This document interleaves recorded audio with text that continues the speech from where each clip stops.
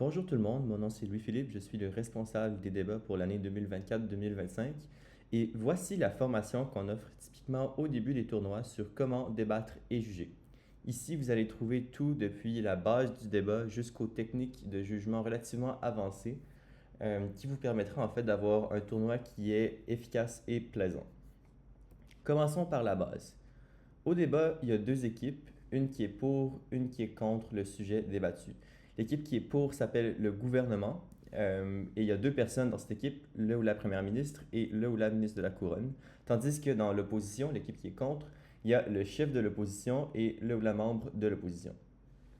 Lors d'un débat typique, la première ministre parle en premier avec un temps de parole de 6 ou 7 minutes à son choix, suivi de la chef de l'opposition pendant 7 minutes, puis le ministre de la Couronne pendant 7 minutes et finalement la membre de l'opposition pendant 7 minutes. À la toute fin, il y a deux discours de cristallisation. Donc, la chef de l'opposition va revenir pendant 3 minutes et puis la première ministre va revenir pour clôturer le débat pendant 3 ou 4 minutes. Cela fait un temps de parole total de 34 minutes. Lors d'un débat, on essaie d'apporter les points qui sont les plus importants et les plus nouveaux dès le début de la ronde. Ça fait en sorte que la progression de la ronde est beaucoup plus linéaire et logique et qu'il n'y a pas de bouleversement soudain à la toute fin de la ronde qui font en sorte que c'est difficile à juger. Plus spécifiquement, ce que je veux dire par là, c'est que le premier ministre et la chef de l'opposition devraient prioriser le matériel positif ou constructif lors de leur discours. Donc, par exemple, les lignes directrices, les balises, le modèle, la caractérisation, les arguments, tandis que le ministre de la Couronne et le membre de l'opposition devraient plutôt prioriser le matériel qui est négatif ou destructif ou reconstructif, comme par exemple la réfutation ou la reconstruction.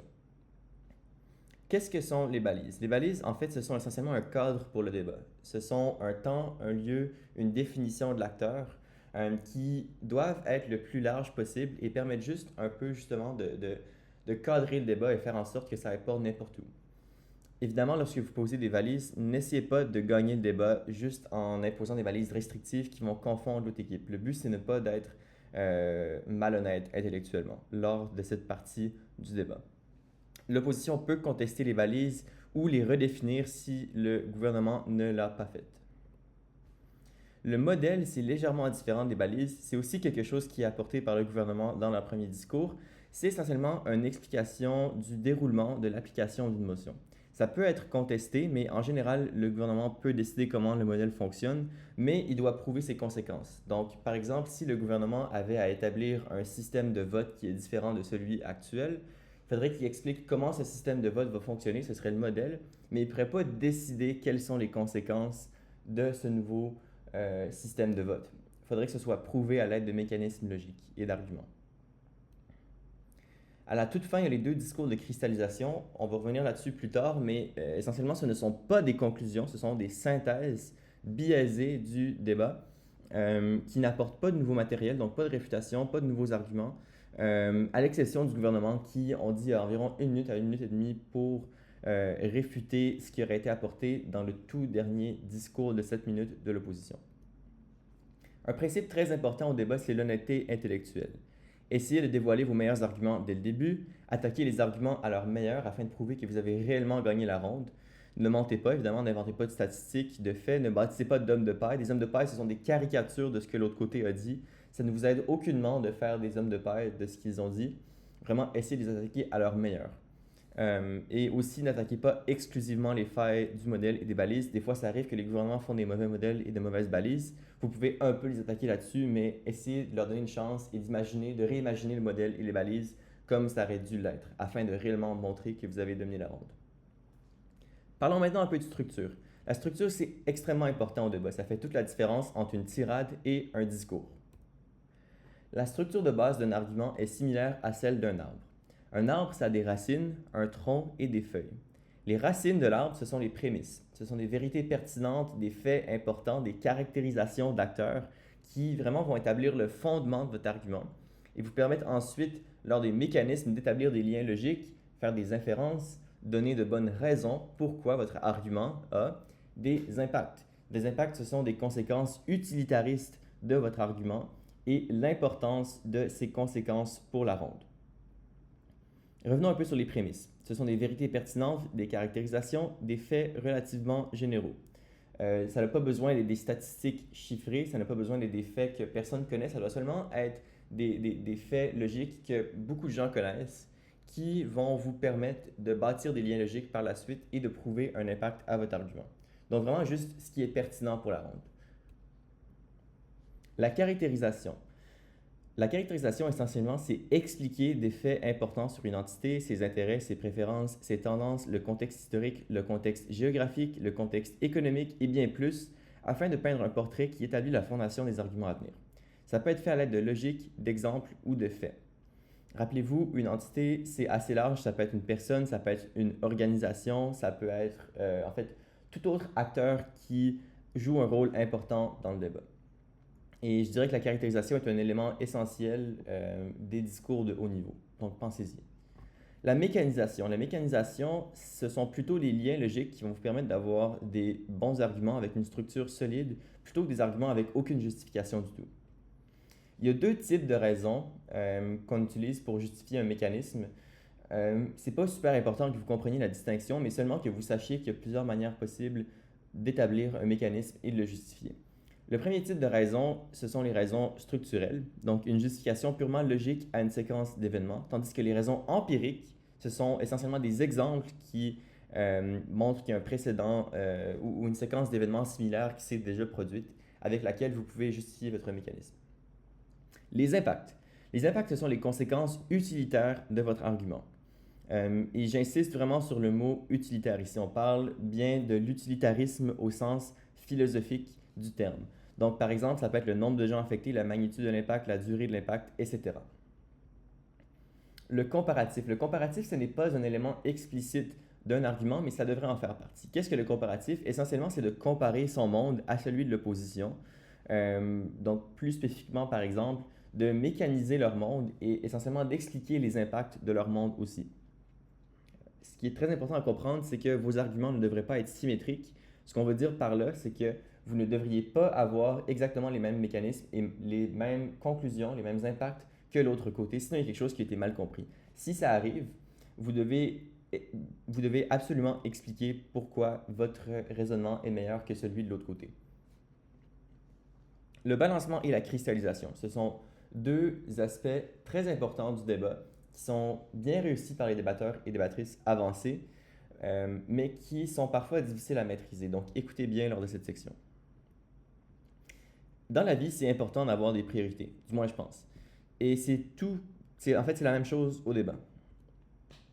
Mais c'est parfois difficile d'établir des priorités dans le débat, même si le débat a un fondement utilitaire, parce que justement, l'utilitarisme n'est pas toujours si évident. Il y a plein de conséquences cachées et c'est difficile parfois de savoir qu'est-ce qui est la conséquence la plus pertinente, la plus importante dans cette ronde. C'est pourquoi on utilise le balancement, aussi connu sous le nom de weighing en anglais.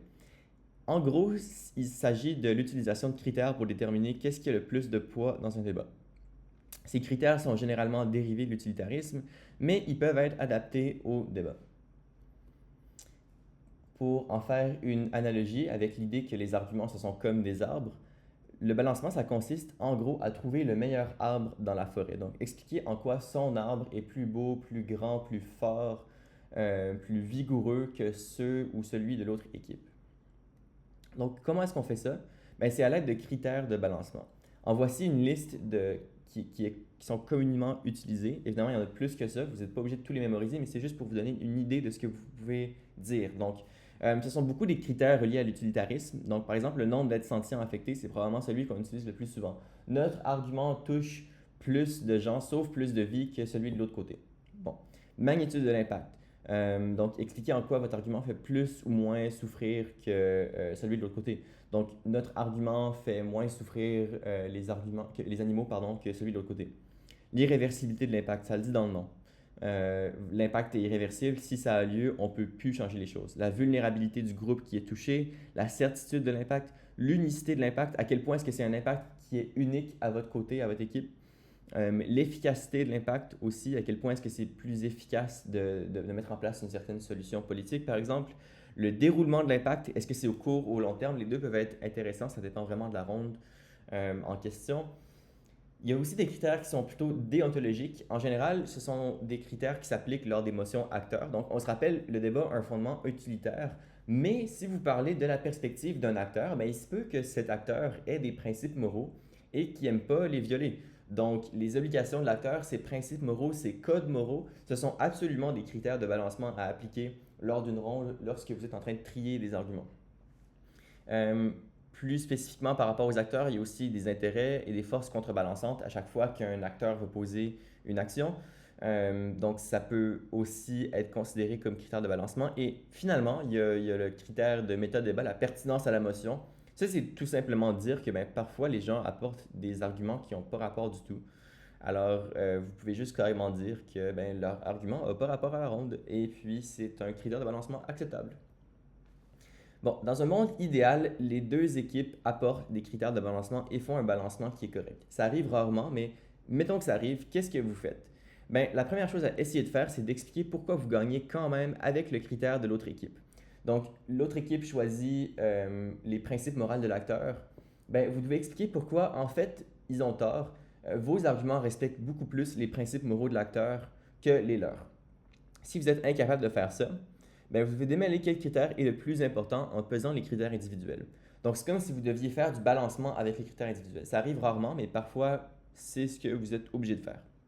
Expliquez pourquoi le critère que vous avez choisi est plus pertinent à la motion.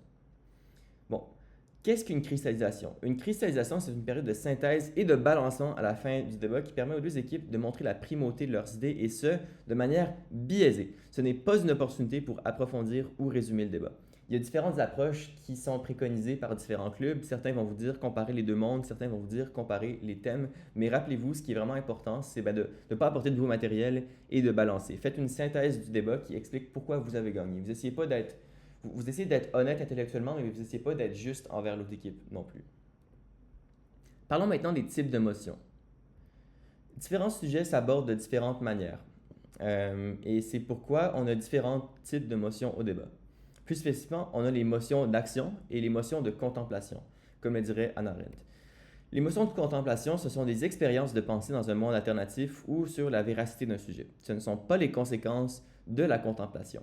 Ce qu'on veut dire par là, c'est qu'on peut avoir toutes sortes d'émotions de regret, par exemple, qu'il soit résolu que l'on regrette les actions posées par un certain gouvernement, peu importe, lors d'une certaine période historique.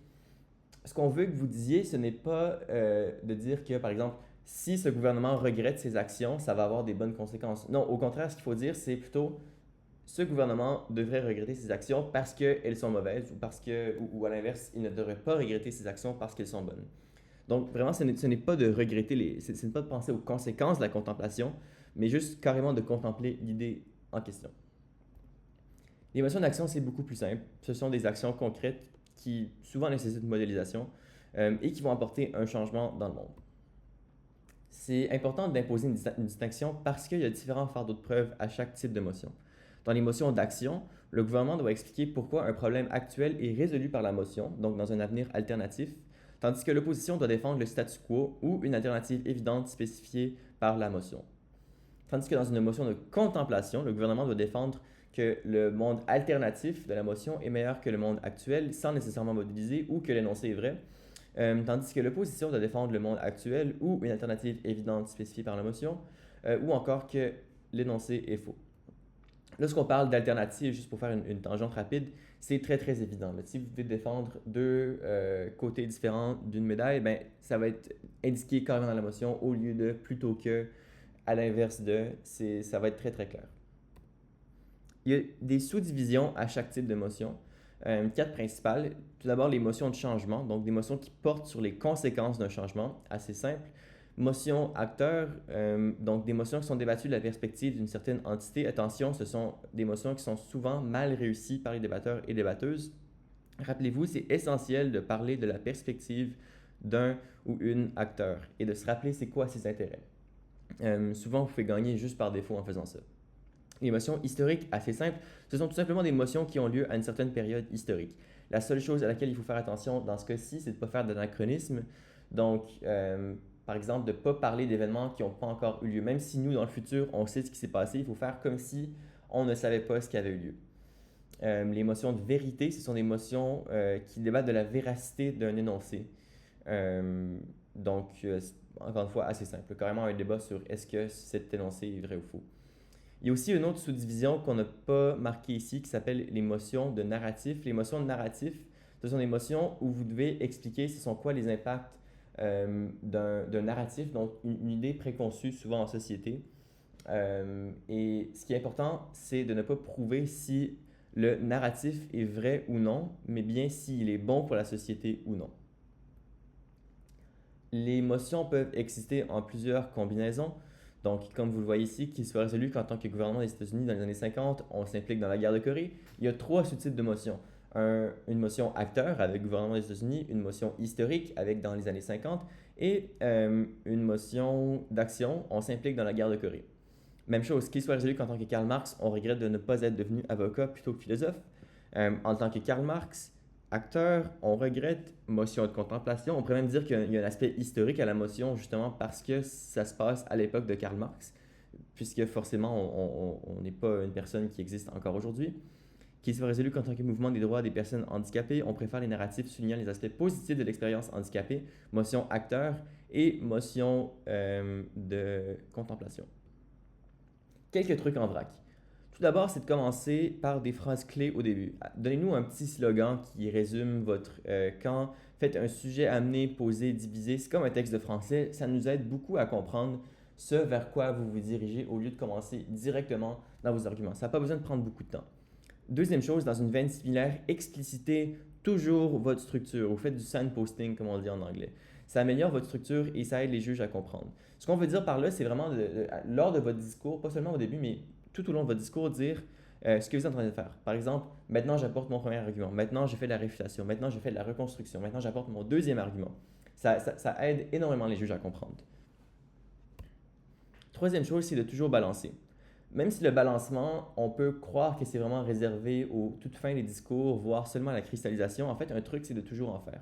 C'est de balancer dès le début du débat, de dire, ben voici les critères avec lesquels on va juger le débat et voici pourquoi on gagne, peu importe ce qu'ils vont nous apporter. Ça vous permet de choisir des critères qui sont clairs, ça aide les juges à comprendre ce qui est important et ça vous donne une plus grande chance que vos critères prévalent par rapport à ceux de l'autre équipe. Un autre truc, c'est de toujours relire la motion plusieurs fois et de réfléchir fort. Donc, soyez certain de votre position et de ce que la motion exige. Et rappelez-vous, vous n'aurez jamais à tenir des propos haineux ou discriminatoires. Donc, vous vous rappelez possiblement de cette motion qui est sortie au tournoi novice 2024, qui soit résolu qu'on établisse la discrimination positive en faveur des enseignants hommes au primaire et au secondaire.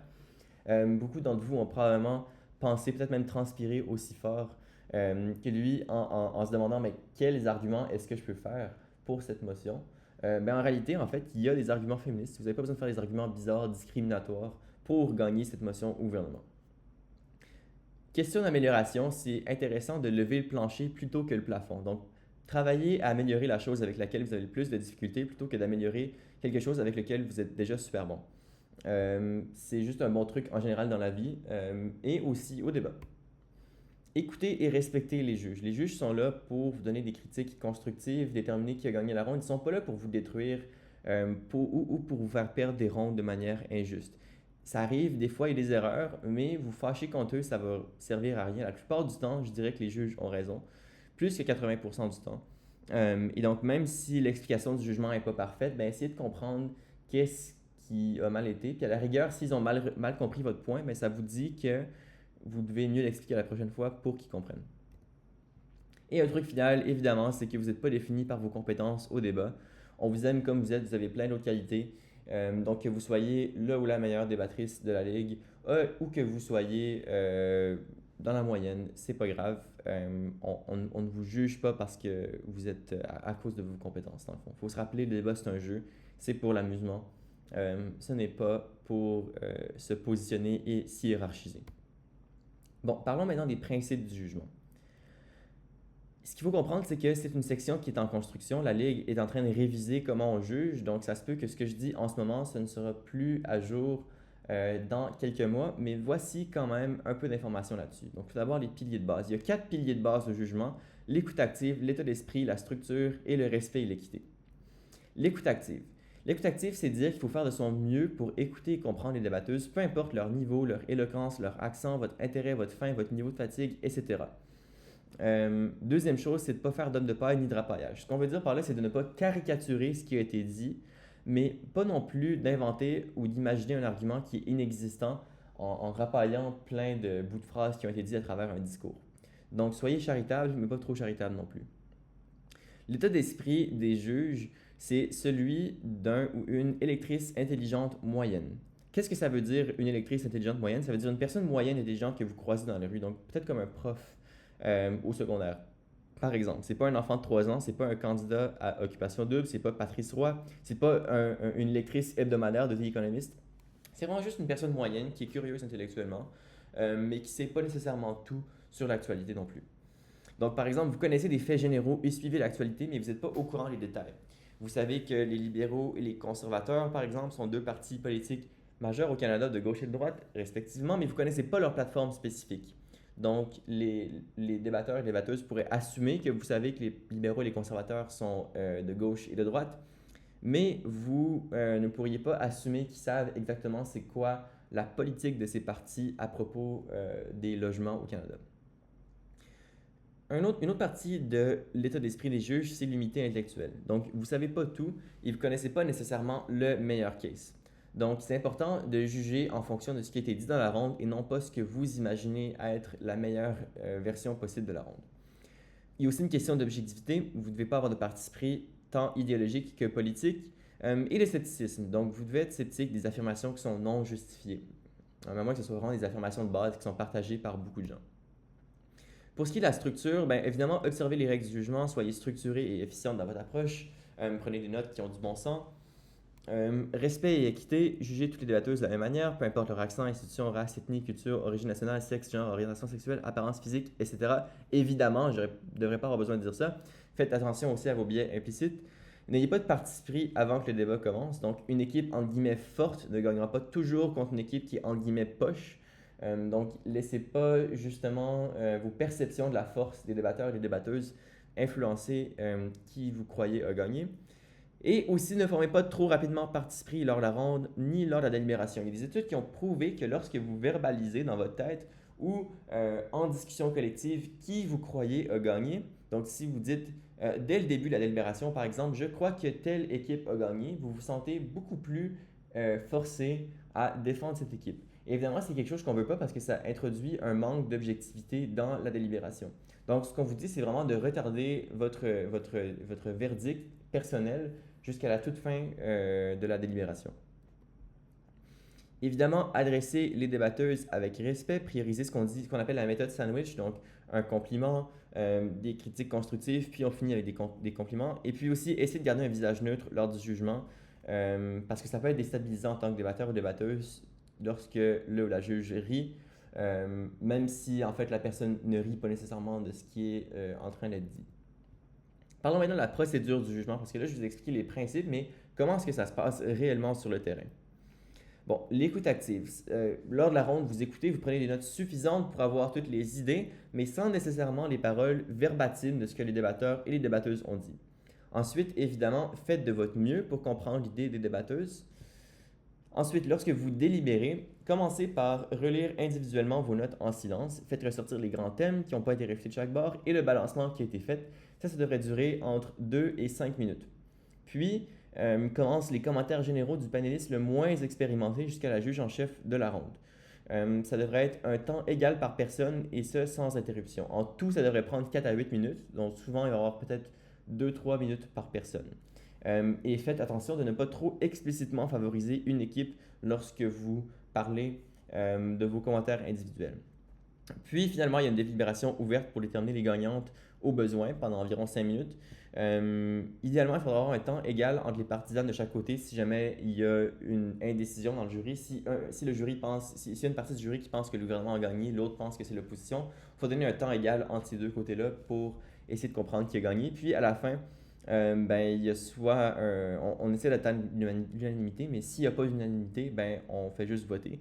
Évidemment, la juge en chef de la ronde a le mot final, sauf lors des demi-finales et des finales. Puis, vous donnez les scores sur table 4, et ça c'est important, avant que vous ramenez les débatteurs et les débatteuses pour leur donner une rétroaction.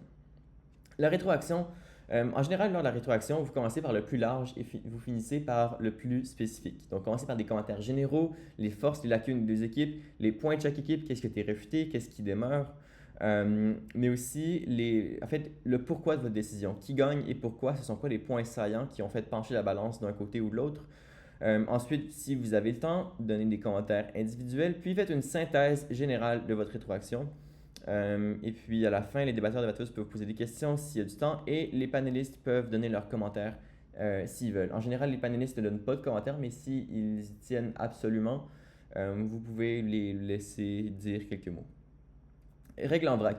Vous ne devriez jamais intervenir durant la ronde, sauf si une équipe ne respecte pas les règles. Donc, par exemple, si une équipe pose une question hors de son temps de parole ou il y a un échange entre les deux équipes durant un discours. Donc, quelqu'un pose une question, puis là, ça commence à s'argumenter durant le discours, là, vous pouvez les arrêter. Les équipes ont droit à un maximum de 5 minutes de retard où elles perdent automatiquement et un maximum de 1 minute entre chaque discours où leur discours commence. Si ils continuent, s'ils n'arrêtent pas de se préparer après 1 minute. Maximum un mot dans une autre langue que le français par phrase, et c'est pas de la faute des juges s'ils ne comprennent pas. Ce qu'on veut dire par là, c'est que le Leduc, ben, ça demeure une ligue francophone, on veut pas être poche avec ça, mais si la moitié de votre discours est en anglais, ben, ça marche pas tant que ça. Donc on a comme une règle semi-officielle, semi-appliquée qui dit qu'il y a maximum un mot dans une autre langue que le français par phrase. Évidemment, on y va avec le gros bon sens, mais si ça devient excessif, ben, que les juges ne comprennent pas ou qu'ils comprennent, mais que l'autre équipe ne comprend pas, ben, il y a des points qui vont être enlevés. Lorsque vous voulez accorder une note de moins de 70 ou plus que 80, parlez-en avec la juge en chef. C'est rare que ça arrive, mais vous avez absolument le droit de le faire. Il faut juste que vous ayez une justification sur pourquoi ce discours est exceptionnellement mauvais ou exceptionnellement bon. Deuxième chose, c'est qu'une atteinte à l'équité mène automatiquement à une défaite, du moins dans la grande majorité des cas. Troisièmement, si les deux équipes n'ont pas compris, jugez-les dans leur conception du débat. Ce qu'on veut dire par là, c'est que parfois il y a des motions qui sont complexes, qui sont difficiles. Les deux équipes ne comprennent pas c'est quoi la motion, mais ils sont d'accord sur leur mauvaise compréhension de la motion. Ben, jugez-les là-dessus. C'est juste plus simple comme ça. Quatrième chose, c'est que si une équipe a compris mais pas l'autre, généralement c'est l'équipe qui a compris la motion correctement qui gagne la ronde.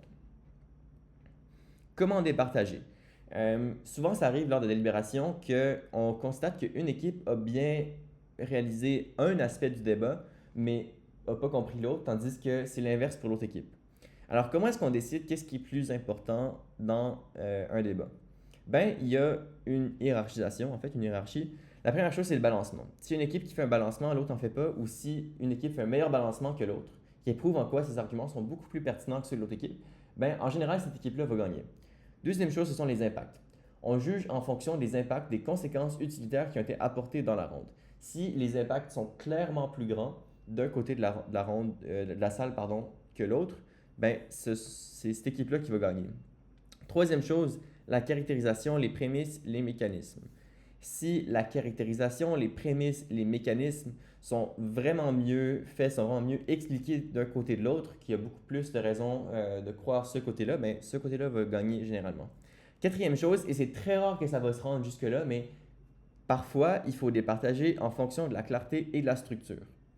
Dans ce cas-là, ben, essayez de déterminer qui a été le plus clair et le plus structuré. Mais je réitère, c'est très rare que ça arrive. En général, on préfère largement juger en fonction des idées qui ont été apportées durant la ronde. Comment est-ce que vous évaluez? On a une grille de notation qui va de 60 à 85. Demandez-moi pas pourquoi c'est comme ça, c'est juste comme ça. Donc 60, c'est un horrible discours, manque de respect à l'équité, discours inacceptable, signalement à l'éthique. Tandis que 85, c'est comme vous êtes un dieu. C'est arrivé comme une fois dans l'histoire de la Leduc qu'il y a eu des discours exceptionnels qui ont carrément, je crois, selon la définition, redéfini, on fait réaliser un nouvel aspect de la vie au jury. Donc, on dit que la moyenne des discours dans la Leduc se situe entre 74 et 75. Qu'est-ce que c'est un discours du niveau 74-75? C'est un discours avec des arguments pertinents, des mécanismes suffisants, une caractérisation partielle des acteurs, des réfutations efficaces, des impacts pertinents, des bonnes comparaisons, mais juste un discours qui est clair et structuré en général. Un discours légèrement en haut de la moyenne, ça va être 76 à 78. Un discours plutôt novice, ça va être 73 à 74. Puis évidemment, ça arrive qu'il y a des 70 à 73 ou des 79 à 80. Ça arrive à chaque tournoi, je dirais. Bon, On évalue les débatteurs et les débatteuses, mais on évalue aussi les juges, ce qui nous permet de déterminer qui sont les personnes les plus aptes à juger les rondes. Les principes généraux d'évaluation des juges, c'est en fait de savoir est-ce que leur justification du jugement a été claire, est-ce que la rétroaction était claire, est-ce que les commentaires qui sont donnés sont pertinents, est-ce qu'ils respectent et écoutent les débatteuses, est-ce qu'ils ont bien compris la ronde. Et les facteurs qui ne devraient pas influencer votre note, ce sont les décisions favorables ou défavorables à votre équipe, l'institution de laquelle ils viennent, leur âge, leur expérience, leur réputation, leur temps de délibération. Bon, puis évidemment, des caractéristiques comme leur sexe, leur genre, leur race, leur groupe culturel, etc. La grille de notation des juges fonctionne de 0 à 10. 0, c'est genre le pire juge de la ligue. Cette personne ne devrait pas être un juge, c'est un archétype de l'effet de Dunning-Kruger, donne un très mauvais jugement et irrespectueuse. Ça arrive rarement. Tandis que 10, c'est un jugement exemplaire et cette personne est définitivement apte à juger la finale. Un 6, c'est vraiment un jugement moyen. C'est la coupure pour être juge en chef d'une ronde. Donc ça peut sembler sévère, mais 6, c'est vraiment un juge normal. Il n'y a rien de méchant à donner 60% à quelqu'un avec ce système de notation.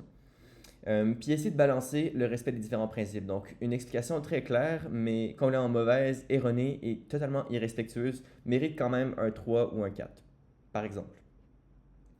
Parlons maintenant un peu de Tabi 4 et du déroulement général d'un tournoi. Qu'est-ce qu'on trouve sur Tabi 4? Bon, il y a une page publique avec les informations sur le tournoi, l'horaire, les personnes, le contact, le jumelage, l'émotion, incluant celle qui est en cours, et un classement général des équipes. Vous avez aussi par contre votre URL privée qu'on vous envoie en général en courriel avant le tournoi qui va vous donner votre jumelage, l'heure de début de la ronde, votre historique dans le tournoi, donc comment vous avez performé, et les formulaires d'évaluation. Donc voici l'exemple d'un URL privé. Donc vous voyez un endroit où saisir les évaluations pour les juges et aussi pour vous enregistrer au début. Et en haut, dans la barre complètement qui est un peu en gris pâle, vous allez voir, c'est les parties publiques de Tabi 4 sur lesquelles vous pouvez cliquer pour voir l'émotion des participants, institutions, progrès des évaluations. Comment est-ce qu'on détermine le jumelage? Au tout début du tournoi, c'est complètement au hasard. On essaie d'éviter que les mêmes institutions se croisent et on essaie aussi d'éviter le fait que deux équipes qui sont déjà croisées se croisent à nouveau. Le plus que le tournoi avance, on emploie ce qu'on appelle le power pairing, ou le power jumelage si vous voulez. Donc, les équipes qui ont le même nombre de victoires vont être mises compte. Et si ce n'est pas possible, on essaie de prendre un nombre de victoires qui est comparable. Lors des finales, ça change un petit peu. On met la première équipe dans le classement contre la quatrième équipe dans le classement et la deuxième équipe dans le classement contre la troisième équipe dans le classement. Qui va en demi-finale et en finale? Les 4 meilleures équipes vont en demi-finale après les 5 rondes préliminaires. Le classement est fait par nombre de victoires, puis s'il y a un nombre de victoires égal par la moyenne des orateurs. Donc, par exemple, s'il y a 5 équipes qui ont 4 victoires et une défaite, les 4 équipes avec la meilleure moyenne des scores d'orateurs se rendent en demi-finale. Et ceux qui se rendent en finale sont ceux qui ont gagné les demi-finales, évidemment. Comment sont attribués les juges? On essaie d'éviter les conflits d'intérêts avec les équipes. Donc, il n'y aura jamais ou presque jamais un juge d'une même institution que les débatteurs dans une ronde. Il y a aussi une question de notes de base versus notes accumulées pendant le tournoi. Donc, on accorde des notes de base aux juges qui sont influencés par les scores que vous allez leur donner. Si les scores sont hauts, on va les laisser juger en chef. S'ils sont vraiment en bas, on va les mettre panélistes. Et aussi la force des salles. Donc, on décide un peu de mettre, par exemple, parfois des juges un peu plus expérimentés dans des salles qui sont vraiment décisives, qui vont trancher, qui vont faire la différence entre aller en demi-finale ou pas aller en demi-finale. Et lors des demi-finales, on considère plusieurs choses, l'institution, la formation de nouveaux juges, la parité des genres. Oups. Parlons maintenant un petit peu de règles et d'étiquettes lors des tournois. Bon, le respect, on le dit plusieurs fois, mais le débat, ça demeure un jeu. Respectez les juges, respectez les autres débatteurs, vous pouvez être en désaccord, mais avec ce que les juges disent, mais demeurez poli. Pour ce qui est des sources, l'usage des appareils électroniques est seulement permise pour la prise de notes et le chronométrage. Donc, la seule source que vous pouvez consulter lors du temps de préparation, c'est votre partenaire. Ce n'est pas un autre membre de votre club, ce n'est pas Internet, ce ne sont pas des outils d'intelligence artificielle générative, ce n'est pas un livre, un journal, etc. Juste pour spécifier, vous avez droit à des notes prises lors d'autres débats ou un modèle d'argument que vous vous êtes préparé. Donc souvent, il y a des gens qui vont faire ça, ils vont regarder leurs notes de débat précédents, mais vous ne pouvez pas vraiment aller chercher du nouveau matériel. D'autres recommandations, le tournoi peut commencer sans vous si vous n'êtes pas à l'heure, donc arrivez à l'heure s'il vous plaît. Si vous prenez une photo, assurez-vous que tout le monde qui figure souhaite être prise en photo ou que ça ne leur dérange pas. Et si vous ne voulez pas être prise en photo, dites-le à la personne qui est en train de prendre une photo pour éviter des confusions. On essaie vraiment d'avoir une approche qui réduit les conflits. Et donc, c'est tout pour cette formation. Merci de l'avoir écouté. Si vous avez écouté en entièreté, ben, félicitations, vous êtes patient. Et en espérant que ça vous a beaucoup aidé en vue du prochain tournoi. Merci.